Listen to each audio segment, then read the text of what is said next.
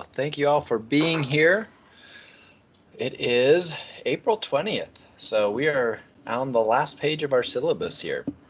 So we've only got a couple class periods left. So today we're going to be probably almost certainly finishing up with chapter 15. So that we'll start with 16. So we'll be a little ahead of what we have here on the syllabus. So we should be able to have plenty of time that after chapter 16 we can get through all of chapter 17 rather than kind of rush through it, and then also have some time to do some studying for the final exam on the 29th is my plan. So hopefully we can have at least a half an hour. So with that, you do have a study guide. Let me see if I can show you where that is really quickly. All right, so your study guide is in pretty much the same place that it usually is. So if you go to Unit 4 in your Canvas, you can find the study guide right here. If for any reason you don't see it, let me know. Again, it's got the similar kinds of questions. It's got some open-ended questions. It's got some multiple choice questions. To give you an example, I believe this study guide covers only things that are in this most recent unit rather than the rest of the class. Yeah, this is all from Unit 4. So if you do want to prep for the previous units, you've got those study guides. You should be able to open up and view your old tests as well. Some of the questions on the final exam are going to be over some of the same content that the previous tests were. Remember, it's semi-cumulative. So there, for exam 4, there's about, I forget if it's 100 or 120 questions. There's a little more than usual than our previous exams, and about 60% of the exam to maybe 70% is Unit 4 material, and then the rest of the 30 or 40% is from Units 1, 2, 3. So it's semi-cumulative. Most of it is on this most recent unit, but there is material on previous units as well. So we'll go over that study guide on the 29th. Start prepping for that now. Also be working on your final question paper. If you got that turned in this weekend, that would probably be a little better for your stress, so that you don't have to kind of be packing in studying for a final as well as the question paper as well. So I don't know if I've mentioned this, but you can get some more extra credit. So some extra credit that we've had up to this point is having a picture on Canvas, also doing the early adult close friendships paper or video, or the purpose activities. So those points should already be applied. Actually, I don't remember if I've actually applied the picture points. I'll have to check that. But the last piece of extra credit that you have available is to do a extra question paper. So this is one of the assignments that I more about psychology, how psychology actually works. So if you want to do an extra one about essentially any topic that we've covered along the course of the semester, just write an additional question paper and you can email that to me, and that extra question paper would be due on the 30th. And it is worth the same points, if I'm not mistaken, as a normal question paper. I should have it in Canvas right here. So it's quite a few points.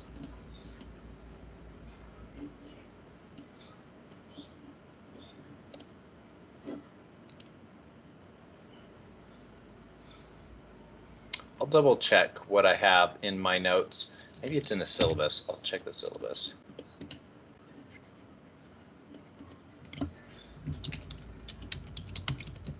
Extra credit there.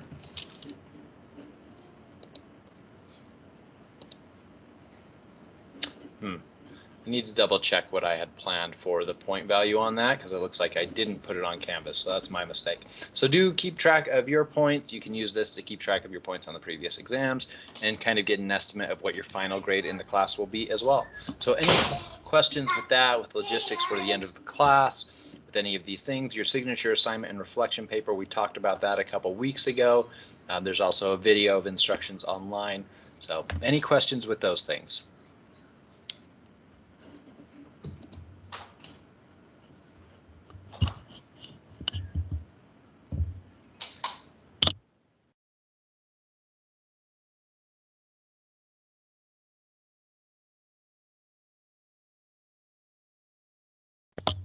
don't see any hands up and no messages have come through yet. So let's jump into the content for today. I can close. So we ended up talking about perceived control and mortality, essentially that people in late adulthood, especially when they're in a setting kind of like a nursing home or something like that, people who have more control or feel that they have more autonomy and ability to make their own choices and do their own things tend to live longer than people that feel more dependent. So hopefully you remember that. And we will jump now into cognitive development in late adulthood. So a lot of what we've talked about before kind of comes up again here in late adulthood. We've learned kind of piece by piece about different aspects of cognitive development, things like memory and attention, and we kind of focused on them in different weeks. So we're kind of going to go through all of those at the end of life and what is happening. So the main points to remember, kind of the summary of the cognitive development in late adulthood, is that there's still a lot of multidimensionality and multidirectionality with cognitive faculties at this time in life. So what that means is multidimensions is having multiple dimensions. You have cognitive faculties that are relevant at home, at your work, if you're still working. We'll talk about work and late adulthood today too. Multi-directionality, so you can use different skills for different tasks, use skills together, similar to earlier on in life. So with that, you can also learn new skills. So you can go other directions with cognitive faculties. You can build some faculties that you might not have worked on much in your life. Education, work, and health all play a big role with each other. So education can really help with cognitive faculties and improving well-being as well. So doing more education, learning things that you want, doing things that you want, hobbies, as well as work can be really beneficial. If it's something we talked about last time, civic engagement, being involved in the community, doing that kind of work that you choose to do can be really beneficial. If you have to be at, say, a 9-to-5 job, that might not be as beneficial. So another aspect of cognition in late adulthood, especially as we get further on into late adulthood, so 85 plus, is use it or lose it. So essentially, if you're not using cognitive faculties, they are going to start to deteriorate at this time. So with that being said, you can get them back, so it's not all bad. But if you're not using it, you probably won't have that capacity anymore. So you can train new cognitive skills. We've talked about this a couple different times in the lifespan, but I think it's especially important here at late adulthood because when you're losing physical capacities and a lot of that you don't have as much control over. So your bone density, for example, there's not a whole lot other than proper nutrition and proper exercise that you can do for that. You can gain a lot of new cognitive skills. So that whole arena or dimension of cognitive faculties is wide open to gaining them. And then we'll talk about neuroscience and how it's related to aging, how it's related to both health in general as well as cognitive abilities. All right, so attention. Attention is one of the key aspects of our cognition. Remember, when we pay attention to things, we're better able to learn, we're better able to focus on them. So older adults get less and less able to ignore distracting information. So that is a challenge. Obviously, again, this is something that they can work on through things like yoga and meditation have been shown to improve goal-directed action at many points in the lifespan, basically from middle childhood all the way through late adulthood. So doing things like meditation or yoga, having something to focus on and practicing that regularly can improve this. So pretty simple thing that can keep that cognitive faculty up or even advance it. So also selective attention.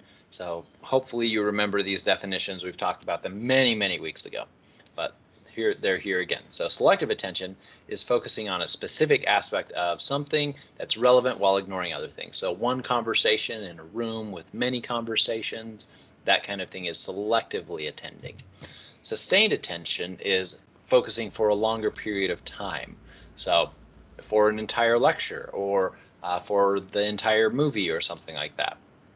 So these are things that can also start to decline if they're not being used. And so depending on the tasks or hobbies or work that an older person is doing, they might not need as much selective attention. So that one might kind of decline versus they might be using a lot of sustained attention. And so that one might still be boosted. So again, this can be very individual, but attention in general can get more difficult in late adulthood. So games like bridge or other things that are using your brain, I'm sure you can think of games that maybe you know or like that use your mind, that you have to plan ahead, you have to focus on, you have to be maybe creative. Those kinds of games are really, really useful for keeping your cognitive faculties up and attention especially. So explicit memory, I'm calling back to, again, earlier chapters. These are facts and experiences, so things that we consciously know and can state. So this does decline as people age. Again, it doesn't have to. So on average, it does. So especially after age 85, but it doesn't have to.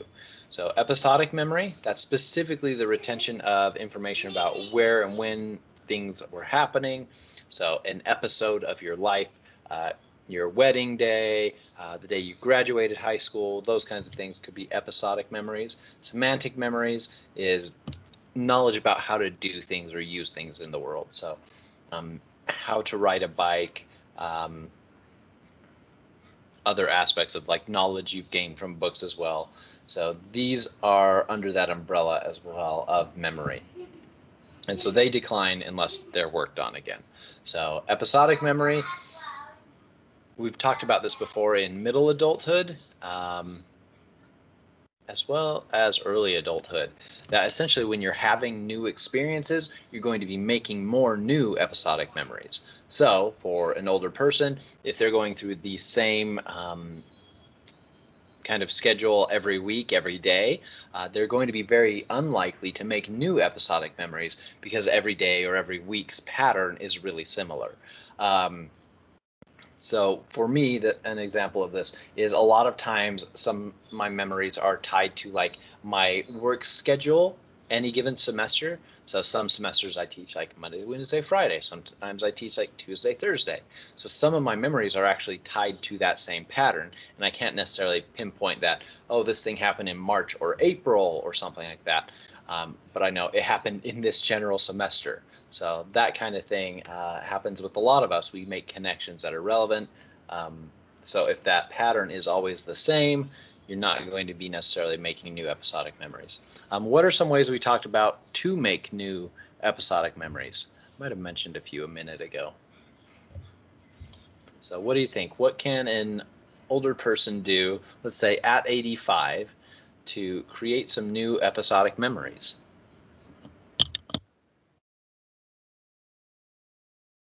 Feel free to either type it in the comments or also raise your hand.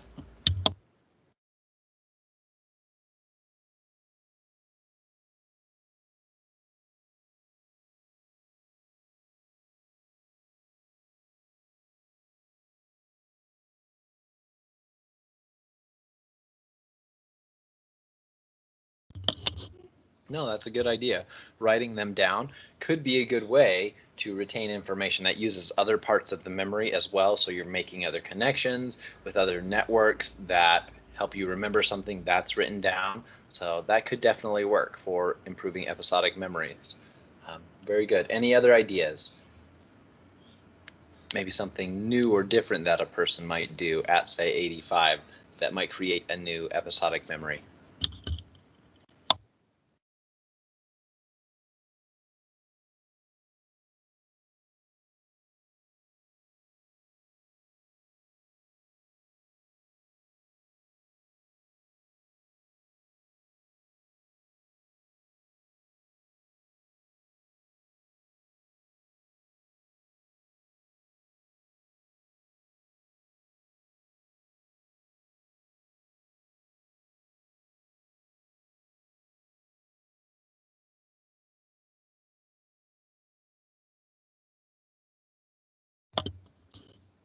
All right, I just heard a notification on my phone. I was like, oh, someone else made a comment, because sometimes it comes through on my phone before this. But it looks like everybody's maybe unsure of some other ways to make some episodic memories. So similar to the writing them down, another example that at least my grandmother always uses is taking pictures. It's kind of a running family joke that grandma always has her camera out. So especially when it's something like a family reunion or something that might only happen, say, once a year or something like that, helping to remember that, making a journal of it, writing it down, taking pictures. But a main thing is doing something new and different. So if a person wants to, say, go on a cruise, they will probably make some new episodic memories, unless they're always on a cruise. I know some people who, well, I don't personally know them. I know of people who, in their retirement, they essentially now live on a cruise ship and just ride on that cruise ship, and they're all the time. So for them, they might not make as many episodic memories. If it's always the same, like they probably won't be able to tell like what the different meals were when they're kind of repetitious. But if someone goes and does a cruise to a new place that they've never been before, they will probably make some new episodic memories in that instance. Or if you have a family reunion or a special kind of party or event, something different out of the norm will help create a new episodic memory. Also, trying to do new things will help it. Cruises are way cheaper than living in nursing homes. Huh, I was not aware of that. That's really interesting. Now I want to look into that later on. So thank you for that comment.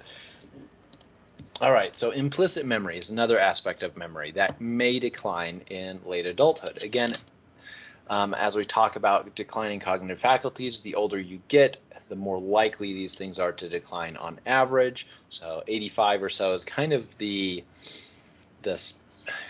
year, kind of the breaking point where we start to see a lot of decline in cognitive faculties. That's why I keep mentioning it.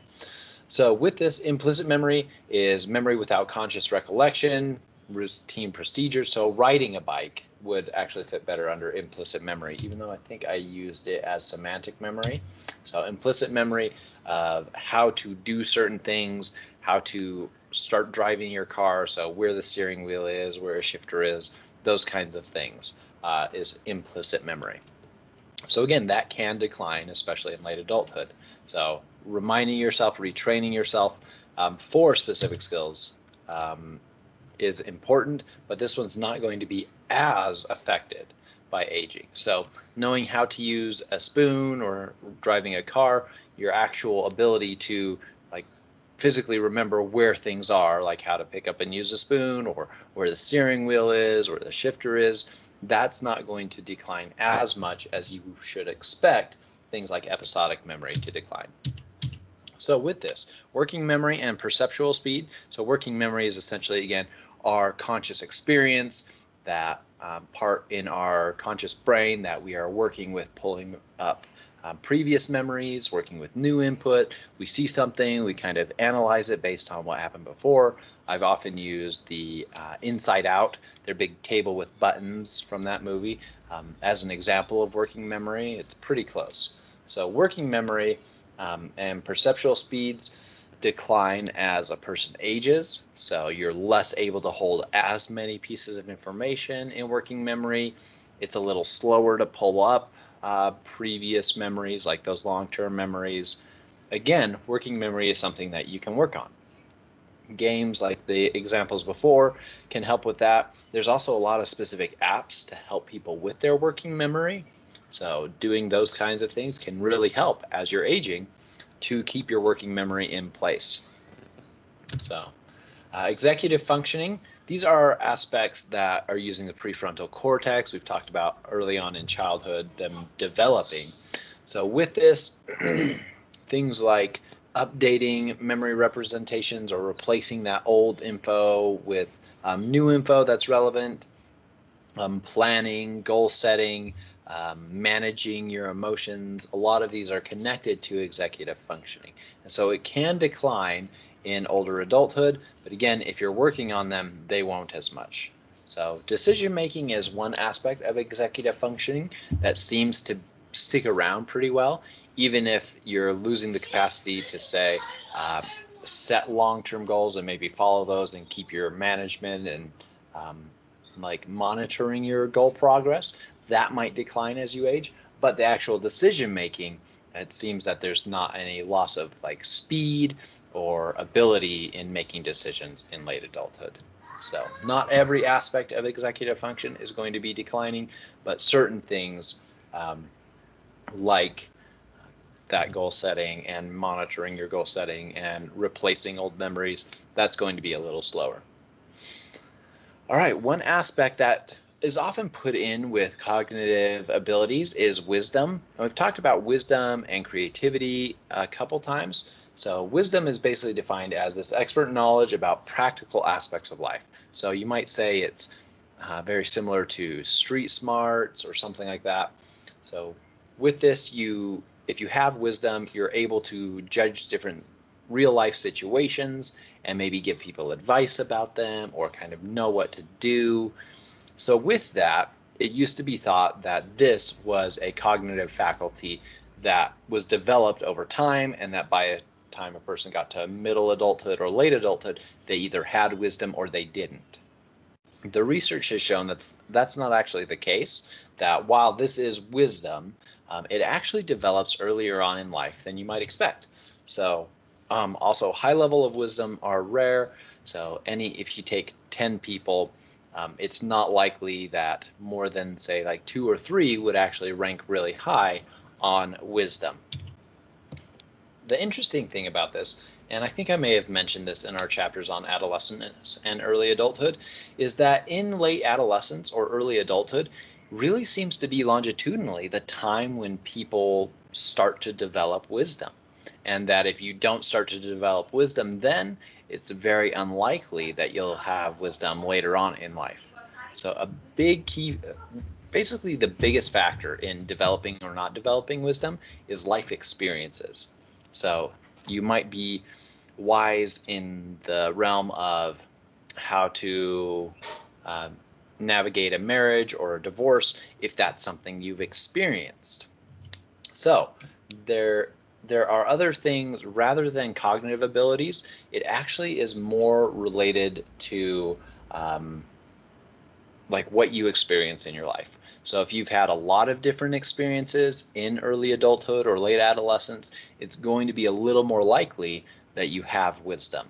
So with that being said, this is another good reason to think back to adolescence and early adulthood and encouraging people, young people, to go and try things that they're interested in, learn about things they're interested in, because that wisdom can help them, can help their community. But you might think of, say, your grandparents or people that you know that are in late adulthood. Some of them might have wisdom, some of them might not. It is possible to have a variety of life experiences later on in life. It's just not the pattern. So on average, when we get to middle adulthood, there's a little more stability. People don't have a lot of different, or I guess you might say unusual life experiences. So basically life experiences can lead to wisdom. It doesn't always, but it's a lot more likely, and it's more likely that we'll have those kind of different experiences earlier on in life. So early adulthood, late adolescence. So this might be a little different than how you considered wisdom in the past. So if you have someone who's in late adulthood, but their pattern of life was always really, really similar, they probably don't have a lot of wisdom outside of what they know. But if they had a lot of different opportunities, a lot of different experiences across their life, saw different people, or tried out different ways of solving problems or dealing with relationships, they'll be more likely to have wisdom and be seen by others as having wisdom. So an interesting thing that while we talk about it in late adulthood, it actually kind of fits better in early adulthood or late adolescence.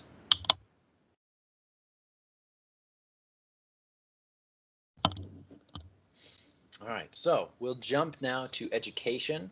So many people today are more educated than previous generations, and this trend is continuing, whether it's higher levels of college degrees, things like that. So with this, a lot of generations have placed a lot more emphasis on cognitively oriented labor rather than, say, like physical manual labor. And so when you're doing work like that, that is really cognitively intensive, it has correlations with positive benefits after retirement. So if you're keeping your mind active by, the example that's coming to my mind right now is programming. If you're doing programming and you have to like solve new problems or learn new programming languages as they come up, or learn new software, or have to modify things, you've got kind of new problems to deal with over time. And so that will make it a lot more likely that your cognitive faculties are staying high throughout the lifespan. So with that, there's been a lot overall. On average, there's been better health care, better nutrition research, so people are healthier in late adulthood than they used to be. So the terminal decline, the decline we're talking about when you get to physical capacities dropping or cognitive capacities dropping, this is slower than it used to be. So it's more kind of spread out. People tend to, on average, remain healthier a little longer. Neurological health as well as cognitive health seems to stay better longer than it did in previous generations. So let's talk about some other different activities you might do to keep your cognitive faculties up. Hopefully you've even been writing some of these down that you could recommend to people who are in late adulthood, or that you can remember as you get into late adulthood. A big key here is to find things for you yourself that are interesting to you. So you might know that using this app to benefit working memory might be really important, but if that's not fun to you or interesting to you, you probably won't do it. So finding different activities that can benefit cognitive skills is really important. So reading books, doing crossword puzzles, going to lectures or going to concerts, something like going on a cruise. These are all things that can help different aspects of your cognitive functioning, whether it be memory, planning and executive function, attention. So mental exercises oftentimes delay this cognitive decline we're talking about. They can even increase. So it's really interesting to see people who focus on specific cognitive abilities, that they can actually increase those abilities higher than they ever had them before earlier in life, which I think is a really positive way to think about plasticity and the end of life.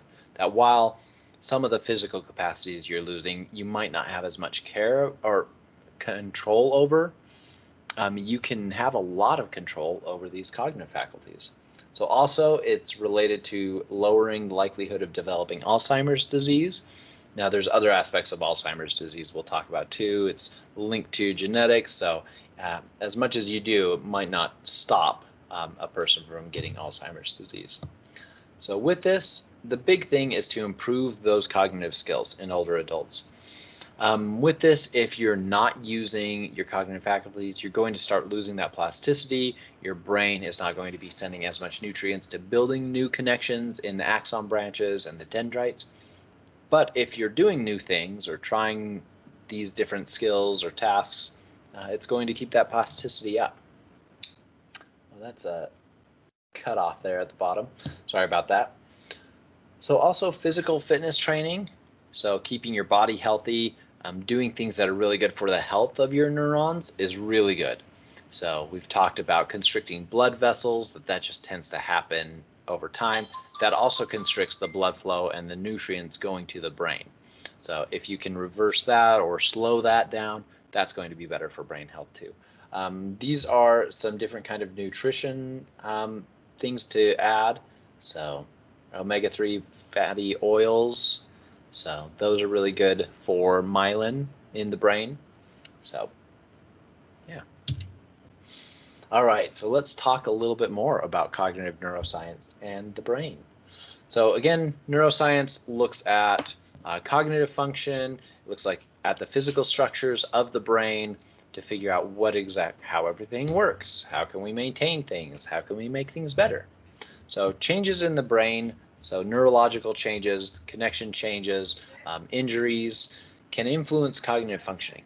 So, and also changes in cognitive functioning, if you're working on working memory, areas of your brain will grow new axon branches, grow new dendrites, and connect up more, be a little faster. More energy will be sent to those cells. So there can be physical changes and chemical changes in the brain as you're using it. So exercising, learning new skills, trying new things. This is important at any time in life, but especially in late adulthood if you want to keep the capacities that you have. All right, so jumping to work and retirement. So socioemotionally, this is a different time for a lot of older people, figuring out what to do with themselves after retirement. If they don't keep up and be active, then they might lose more physical and cognitive capacities. So with this, the labor force is including more men and women over the age of 75. So it's gone up for women 87% since the year 2000 and 45% for men since the year 2000. So there's more people in the workforce that are over 75. So with this, a lot of people are working past 75 primarily because of financial needs, because they still need to afford the mortgage. They still need to afford car payments, health insurance. They still need the support of having health insurance through their employer, things like that. Also, people work because they just want to work. So they find purpose in it. They enjoy what they're doing. It builds their knowledge. So, but the primary factor is financial needs. So, and with that, I think it's over here. So in other countries, only 33% of those in their 60s and 11% in their 70s are still working. So this is different in the US versus a lot of other countries. So when we talk about, say, Okinawa, where we have a lot of centurions, is that the right word? People over 100. A lot of them aren't working in jobs that they're paid at. They don't have to. They have their financial needs met, and they are still working in their community with other people, doing hobbies, things like that. So they might still be working and being civically active and engaged, but most of them don't need to be actually working to get that money. So that's a big difference in some places versus the US. So hopefully you can see that difference here on percentages there. So with this, cognitive ability, so those cognitive faculties, executive function, attention, memory, if you're better with those things, you're probably going to be better at doing your job. And so this might be something, I imagine that a lot of jobs for older adults probably test cognitive ability before, say, hiring them. With this, interestingly, older workers have lower rates of absenteeism, fewer accidents, and higher job satisfaction than their younger counterparts. So I do want to look at the citation there and look into that. I think that would be a good question paper. What kinds of things were they measuring? What kind of jobs were they measuring for these older workers that they found this? Because I do wonder if it's things that people are working that they feel purpose in, they get these kind of higher job satisfactions, or if it's a person who, to make the money they need, they're a greeter at Walmart or something like that, if that's still the case for those individuals. I would suspect not, but yeah, interesting question. So with this, a lot of older adults are also rejecting early retirement. So they're still working, maybe again, primarily for financial reasons, but it could also be because they want to keep working. They enjoy it and they want to do that stuff.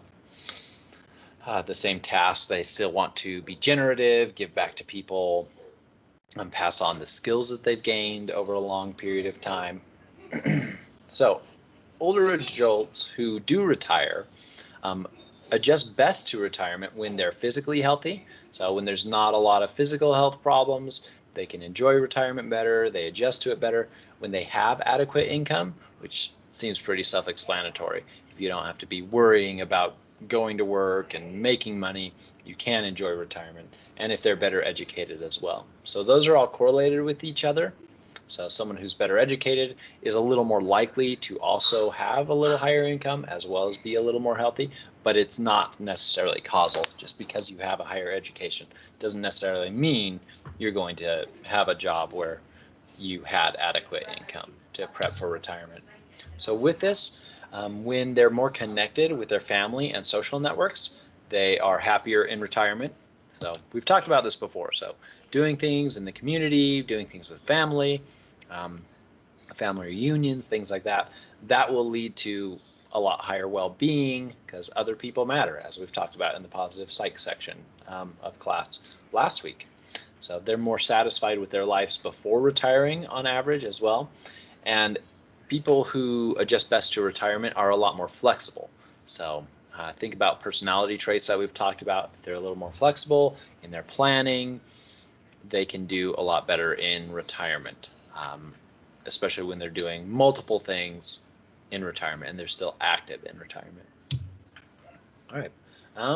With this, some, I think, kind of negative stats here, that in 2017, there was a survey for elderly adults about their attitudes towards money in retirement. 18% said that they were very confident that they would have enough money to last through retirement, that they wouldn't have to work for money anymore at that point. 60% are confident that they will have enough money. So if you look at a Likert scale, it probably went from not at all confident to something neutral, very or confident, and then very confident. So quite a few, like 78%, are either confident or very confident that they'll have enough money, but 30% felt preparing for retirement caused emotional distress. So a lot of them, even though they were confident that they would have enough money, a lot of people are still really distressed about having enough money to care for their health, their homes, cars, just general day-to-day things, getting food, and it causes a lot of emotional distress. So I think kind of a very sad statistic. That's like a third of people. So yeah, there might be some solutions to that problem. All right, so let's talk about mental health. And then I think this might be the last piece in chapter 15 before we jump into chapter 16. If so, we'll probably take a break before chapter 16. Maybe we should do it now. I got my second dose of the COVID vaccine yesterday, and I'm very tired, and my body is very sore today. So I think standing up and moving around might actually be really helpful. So, yeah, let's take a quick break and be back in about 5 minutes. So 9:13 or 9:14. Let's take a quick break before we talk about mental health and finish up with this chapter.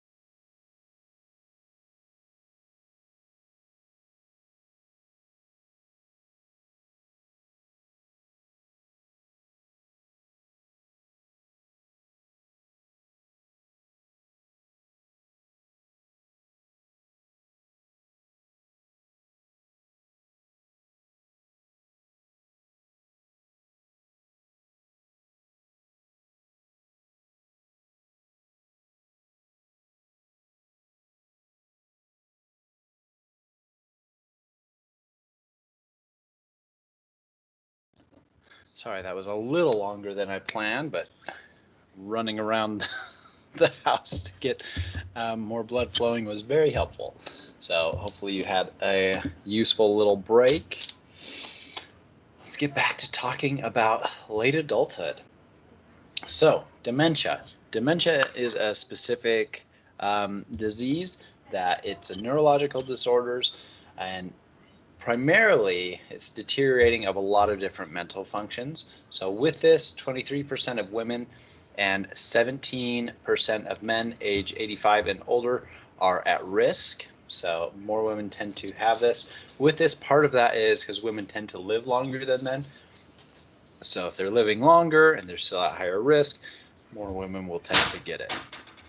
So things like diet, exercise, cognitive training, vascular risk monitoring, so checking the health of veins and arteries, working on exercise to make your blood flow better, can help a lot to maintain that cognitive function. So these are all good things for anyone to do, even those who are at higher risk of dementia or lower risk of dementia.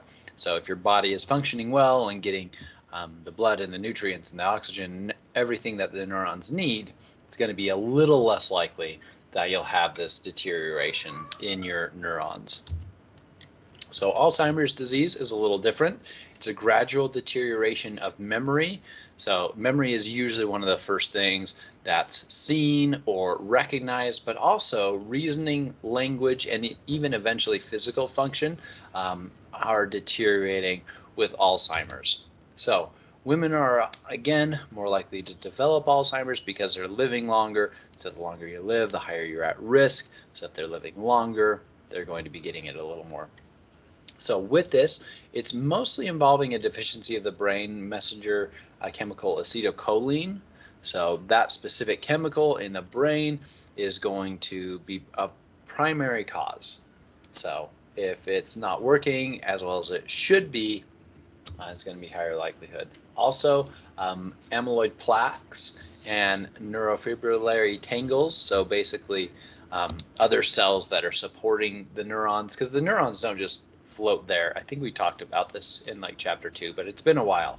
So we focus a lot on neurons, but there are other cells supporting the neurons, essentially holding them up. If this hand is a neuron with, say, an axon, oh, we've got a comment. So go for it, Daniela. I'm sorry I didn't notice your hand go up. Hopefully it hasn't been up for a long time. No, I just have a question. With the mention Alzheimer's, does the mood swing happens a lot? Because I take care of a lady with she has Lewy body dementia, and sometimes she's like super nice and calm, and then she takes a nap and wake up like the devil, like cursing everyone, trying to hit people, throwing things around, and like if there's something that I can do to help, that would be helpful. I don't know. Yeah, that's a really good question. And it's hard to say for any specific individual where those mood swings specifically are coming from.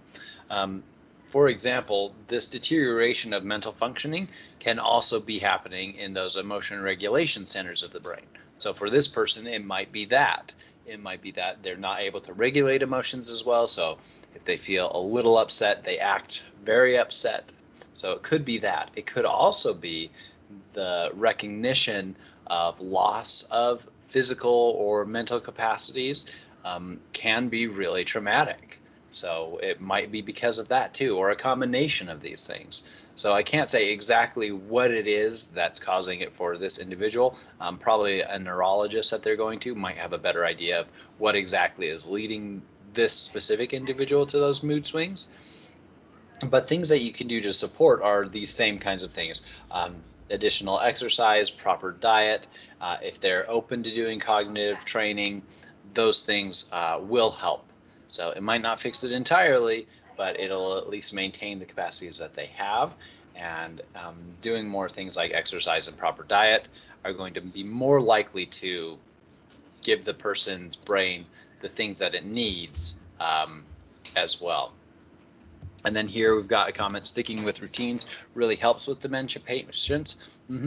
Yeah, so if you make that part of their routine, that can be very helpful. So especially for people who are early on in dementia, there's a lot of different things you can try to help postpone it. But if they're further on in dementia, yeah, those routines can be very helpful. Again, you do want to try and make sure that, say their routine is the same day by day, but at different times of the day, they can make choices as well, if they have that capacity at that time. That can help so that they feel like they're less dependent on other people, that they're a little more independent. So even with those routines, if they have the capacity to say, choose A or B, that can be very helpful. Yeah, I tried that choose A or B, and she always wants a C. Mm. She she grew up in St. George, and she wants to go to St. George every day, and she gets really mad that we are not putting her on the car and going to St. George. Mm-hmm. And that's when she like freaks out. Mm-hmm. And like I'm almost quitting my job because like she really drives me crazy when she's on a really bad mood. Is there a do you have contact with like her neurologist or healthcare professionals? No, I don't. She barely go to any hospitals because every time she goes, she gives out this big Trenton, like try to hit the doctors and curse Mm. them and starts yelling. And yeah, it's really hard to take her to any doctor. Like when you take her to the podiatrist, you have to get like an hour. There is like nobody else there, or the dentist. And the last time we went to the dentist was terrible when they said that she next time she has to be sedated because nobody can handle her. Yeah, I do wonder. It doesn't sound like you have connection with her doctors very much, but I wonder if they would have some other ideas or tips for you, because it sounds like a lot of these different things, like going to a doctor or wanting to go to St. George, are pretty common.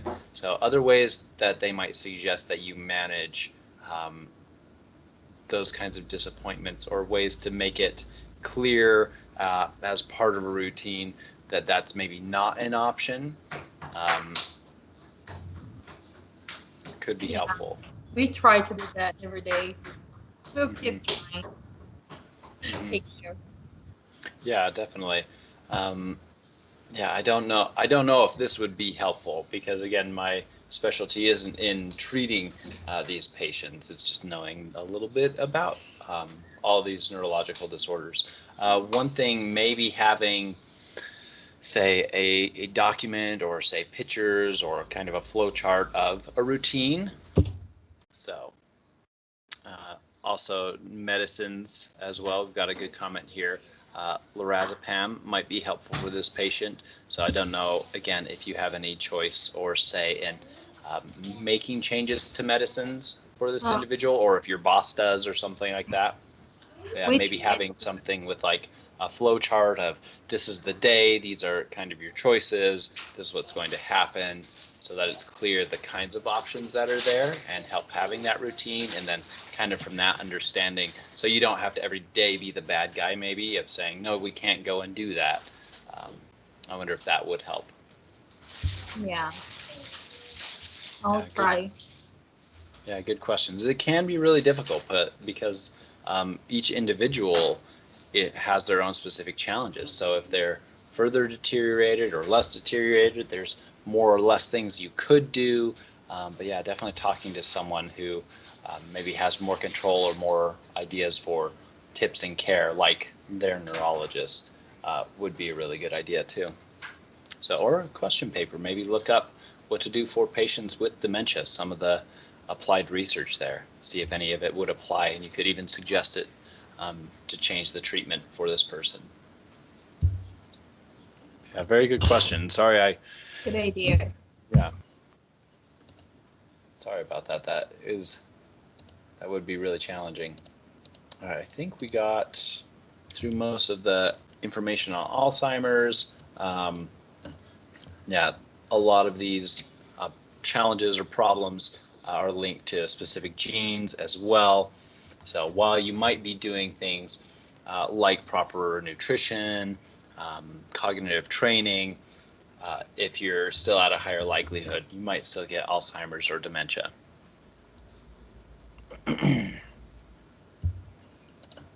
All right, so early detection is really good.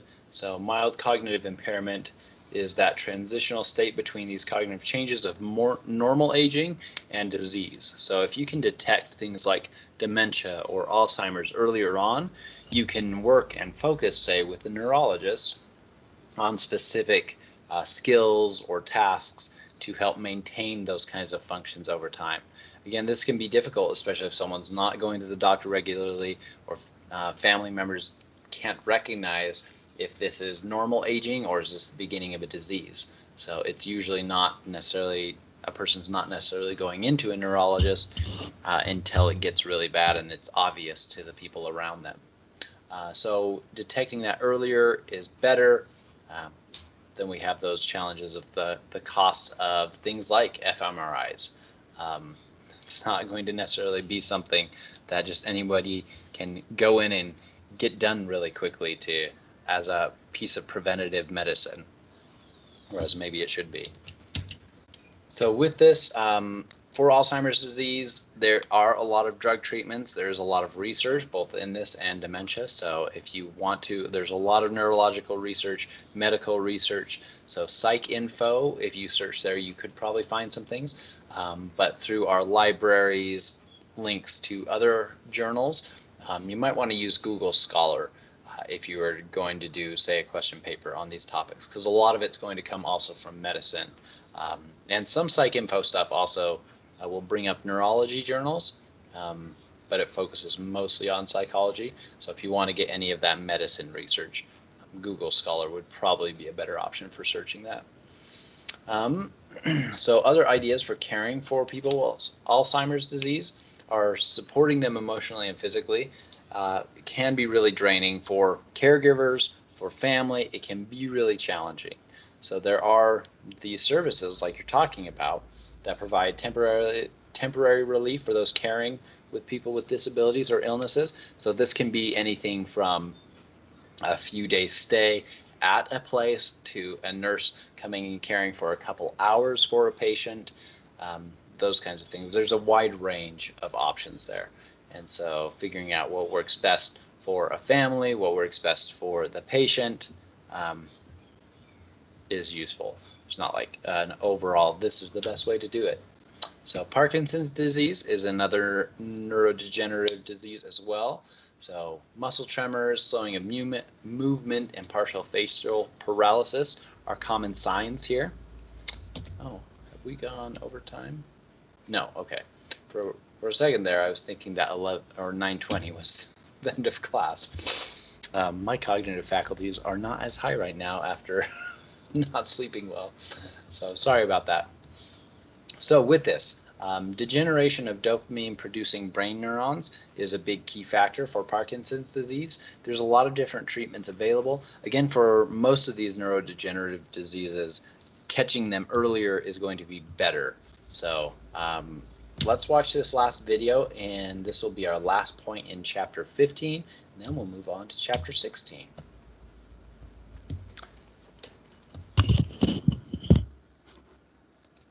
So a lot of this is summary of things that we've talked about. A lot of cognitive abilities focus on here. Yeah, let's pull this over so you can see it. And watch this.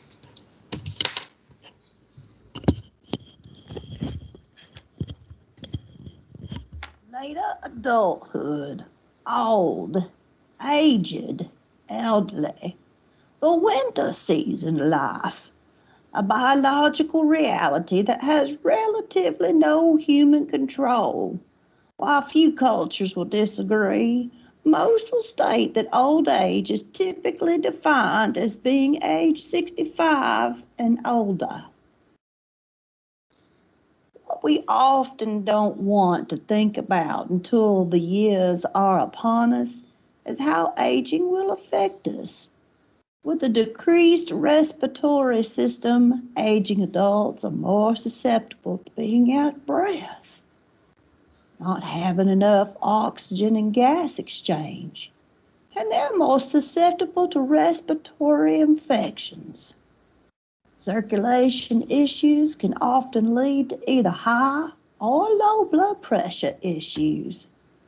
Mobility in the colon may cause an issue of digestive and gastrointestinal system, which may cause us constipation. The body's calcium is being depleted, which leads to brittle bone density and may cause osteoporosis. Since strength usually peaks in our 20s, our aging adult strength can greatly diminish unless we practice good exercise habits. Arthritis is quite common as occurring due to the wearing away of cartilage between the bones, thus causing the bones to rub together and inflammation in the joints of the body. Skin wrinkles. Well, the audio just did something funny. So let's just kind of flip through here then and talk about some aspects of this. So here we've talked about essentially all of these through the class. In the last class period, we focused a lot on these physical changes. So hopefully you're remembering these things: weakening of muscles, wearing away of cartilage and other connective tissues. It's the things like people's height shrinking.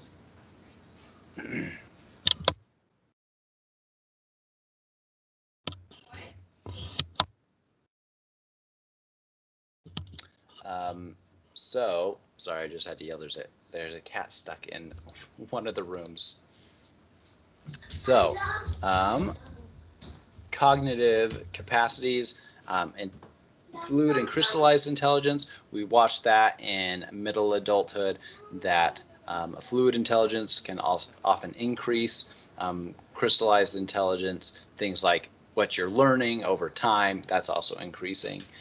You might have slower response times cognitively. Later on, the working memory is decreasing as well. Dementia is more likely, so is Alzheimer's. So exercising your brain is a big part of this. One thing that we have not talked about a lot, but we've connected to, is ageism. So with this, elderly are people who are older are also at a higher risk of stigma, feeling like they cannot do as much, people feeling like they can't do cognitive skills, even simple tasks. This is some of the challenges with helping them be independent. If people around them don't feel like they can be independent, they won't let them be. So that can shorten life. There's a lot of challenges if they want to work, for example, or if they're still working. We talked about that a little bit, not necessarily with ageism. We talked about it more for like reducing the cost of paying those workers who've been around for a longer time. But there's a lot of challenges with people who are in late adulthood finding jobs or doing work or even doing things in the community because of ageism, this idea that they are not capable of doing certain things. So that can be very challenging. All right, any other aspects? So this is for any individual. I mean, this is very relevant for late adulthood, but also relevant for all of the lifespan. Figure out what people are capable of, what they can do, rather than just assuming that they can or cannot do certain things. Here, again, scaffolding can be important. So a person who, say, has dementia or who has Alzheimer's or who has limited mobility, they might be capable of certain things with support, like we learned with scaffolding earlier on in childhood. So the same kind of principles apply there to help people have higher well-being, thrive in life, helping them reach challenges. So figuring out that zone of proximal development for them as well is really useful. And that can be hard if we're going to just assume that they're not capable of doing a lot of things. And So that's one of the reasons I focus so much as we get into late adulthood on these cognitive capacities, because a lot of cognitive capacities are still at or can be even higher than they were early on in life. So physical capacities, there's the exercise, there's diet, getting proper health care, that can help with a lot of these physical capacities. But for cognitive capacities, older adults are still really capable of doing a whole lot of things. So I kind of want to, hopefully I've gotten that across in the last weeks of talking about this. All right, so let's move on to chapter 16. We'll get started with this for the remainder of class today. And yep, this is where I had in the slides about e-portfolios. Are there any questions? I know I asked at the beginning of class, but definitely let me know if you have any questions about your e-portfolios. Again, there are a lot of supports for you for your e-portfolios. So here I'll show you the main page again. So things like help, ePortfolio labs, you can do a digital lab and learn how to do specific things. Essentially, you're just making your own little website and putting some documents in it. So if there are any questions of that, go back and watch the video that's linked in Canvas. Let me see where that is, and I can just point it out really quick.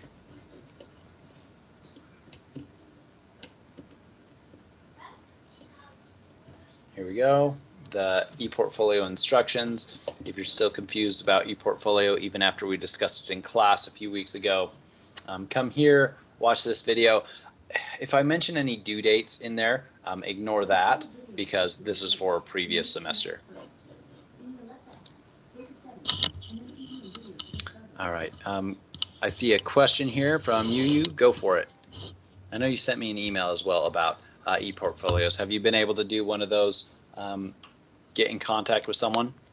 Oh, yes, I'm good with that so far. Good. So I have a quick question, nothing to do with this material we just covered. It's from PureView material where we talked about multi-dimensional, about ADHD, something like that. And from that, I realized that I have a sister who really needs help. So if we have to see the doctor or recommend her to the doctor, which doctor do we see? Just like a family practice, or there's a specific doctor? Because I talk to her and then tell her to go see the doctor and then see. Yeah. Good question. So you suspect and you want her to get checked out for ADHD? Yes. Okay. She's in her 20s. But... Unfortunately, a lot of it's down to insurances and what basically the pattern that they want you to do with it. So pretty common, so this might not be exactly what you're going to need to do. A pretty common thing is to bring up the concern with a family practitioner, and then they will recommend, or kind of like writing a prescription. Basically, they'll recommend getting tested, and depending on the doctor and depending on the insurance, they might even be able to point you to exactly where or who to get tested with, or you might have to do that research and set up that appointment and figure out who is within the insurance to then go and get tested. But it's probably going to be a psychologist that does the specific testing, because it's very unlikely that a family practitioner has been trained in assessment for ADHD. So you'll get assessed, and then based on those results, depending again on insurance, will you be doing and what the insurance covers, you could do either medical treatments for it, so chemicals and things like that. Zoloft, for example, is often used for ADHD, or a psychologist where they're going to regular therapy sessions, learning skills and techniques to manage ADHD.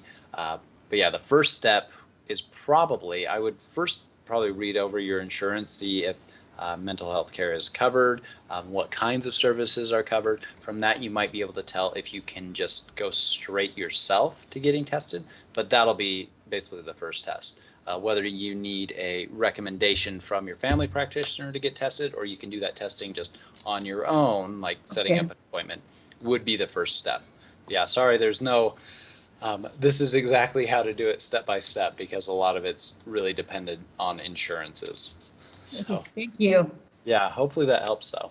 And Yeah. definitely, as we've talked about before, for a lot of things like ADHD, learning skills, like with a psychologist, as well as possibly having medical intervention as well, can be beneficial. So the research shows that on its own, the learning skills tends to be the best to manage and do regulation of executive functions and things like that. So learning those skills is slightly better than medicine alone, but putting them together with medicine and specific trainings tends to be a little better than just one by itself. So all of them can be useful. Similar to finding like a family practitioner you want as well, you can try out different, I mean, dependent on insurance again, you can try out different psychologists to see who you click with well. This is not one thing that we talk about in depth in this class, but one of the primary variables in successful treatment of essentially anything with using a psychologist is the relationship between the psychologist and the patient. If the patient feels like the psychologist cares about them and wants them to do well and is training them well, and the psychologist themselves also does actually have care and concern for the patient and is trying to do things. Interestingly, their level of training isn't as big of an effect size for the person doing well as that therapeutic relationship, which is kind of interesting. So finding a therapist that you click with is maybe a little off topic, but relevant, I think, as well. So good question. All right, so again, signature assignment is one of the assignments you've done in class already. Reflection paper is the one-page quick paper. Did that answer your question though, Yu? Do you Yes. have? Okay, Yes. perfect. I saw your Yeah. hand was still up, and so Oh, I no. just wanted to make sure. All right, so let's talk about socio-emotional development in late adulthood. A lot of these things will connect directly with aspects and be really similar to what we heard in middle adulthood as well. And also, we've kind of touched on some of these topics with neurological and cognitive changes at the same time. So let's get a little bit into this and talk about Erikson. So Erikson is one theorist who actually had some ideas extending all the way to late life. So integrity versus despair was the phase of life here, or the stage that Erikson would have called it a stage. And this involves either reflecting on the past and piecing together a positive review of your life. Has it been well spent? Those kinds of things. So this probably, I hope, sounds pretty similar to identity development to you. So this is kind of the last piece of looking back on your life, looking at your identity, looking at what was consistent across your life, things that you did to be generative. Are you happy with that? Are you not? So with this being said, a lot of Erikson's things were basically you had to get the good part of this. You had to find your identity before moving to the next stage. Not really the case here because this is end of life, but this is kind of the two states Erikson thought you could be at. It was either integrity, that you had that positive view of life, or despair, that maybe you didn't. So relevant observations from late adults, they might seem to have more or less despair based on their previous years in life, but it's not as big of a deal as Erikson made it seem. Life reviews are a common research method at actually a lot of points in life. So looking back at your life experiences, evaluating them, interpreting them, a lot of research will do this as, say, an interview. You'll sit down and you'll do a life review with someone. Ask them, so basically, since the time of your childhood, were important things that you remember? Can you interpret them in light of what you're going through now? Those kinds of things. So it is a research method, but it's also a thing that people tend to do as well when they're thinking about generativity. In middle adulthood, they might start this life review, but it's often also part of the identity development process and changing of your identity. So reminiscence therapy is essentially that process, going through and doing a life review with the support of a therapist, talking about past activities. You might have a group that you do this with, and that's called reminiscence therapy. It's pretty self-explanatory then. All right, so let's review Erikson here. Trust versus mistrust was the first stage. You either got that trust, that your world was safe, or you didn't. And if you don't, then you have a hard time moving on to this next stage of autonomy versus shame and doubt. So early in childhood, and I definitely want to point out again, so 0 to 18 months, 2 to 3, 3 to 5, then we go 6 to 11, 12 to 18, 19 to 40, 40 to 65, and then 65 to death. You can see how those time spans are getting so much bigger as time goes on. So relevant to the care and concern that early researchers in developmental psychology focused on childhood and then adolescence, less on early through mid to late adulthood. So we've got in childhood here, what is that, four different stages from Erikson. Yeah, just wanted to review these really quick. Trust versus mistrust, autonomy versus shame and doubt. Hopefully when I say these things, you remember some of these other points in this table. Initiative versus guilt, industry versus inferiority in the school years, identity versus role confusion. I was just mentioning that, and that process is really similar to the identity versus ego despair. Intimacy versus isolation. Erikson had a big focus on basically a partner relationship. So do you have an intimate relationship? Generally, this was thought of as just a partner, but a lot of the research is also relevant to friendships in early adulthood. Generativity, are you giving back versus stagnation? I've been mentioning that the last couple weeks. And ego identity versus despair, which is what we just talked about. So here are all those Erikson stages. If you don't remember some of these first ones, probably take a look at this table, review them in your notes, things like that. So, periods of development. Oh, that's weird. When I edited my PowerPoint, these changed to little film things rather than arrows. I hate it when it does that. Sometimes the program will update, and then I go to edit a PowerPoint, and sometimes it changes things that I don't even realize it changes automatically. So prenatal, infancy, early childhood, middle to late childhood, adolescence, early adulthood, middle adulthood, late adulthood. Hopefully you can remember these kind of time periods of life as we go into the end of life. For chapter 17, there's also a little bit of a review for material that might be on your final exam. So if you remember that middle to late childhood is somewhere between 6 to 11, adolescence, depending on who you ask, starts at about age 12 or 13 to age 18 or 19. Early adulthood might extend all the way to 35, or middle adulthood might start as early as 30. So late adulthood, mid-60s to death. Depending on the researcher, you might see that as 70 or 75 to death. So some reminders there. All right, Bronfenbrenner's bioecological systems theory. So you've got an individual within their microsystem. So these are contexts. Contexts are settings. So family context, school context, workplace context. Think about these time periods in development. Infancy, what kind of systems will be around them in their microsystem versus a late adult. What kind of systems will be in their microsystem? How might the exosystems be more or less supportive? So the government, industry, political systems. So we talked about ageism. Maybe it's harder for a late adult to get access to government services or educational systems than an early child.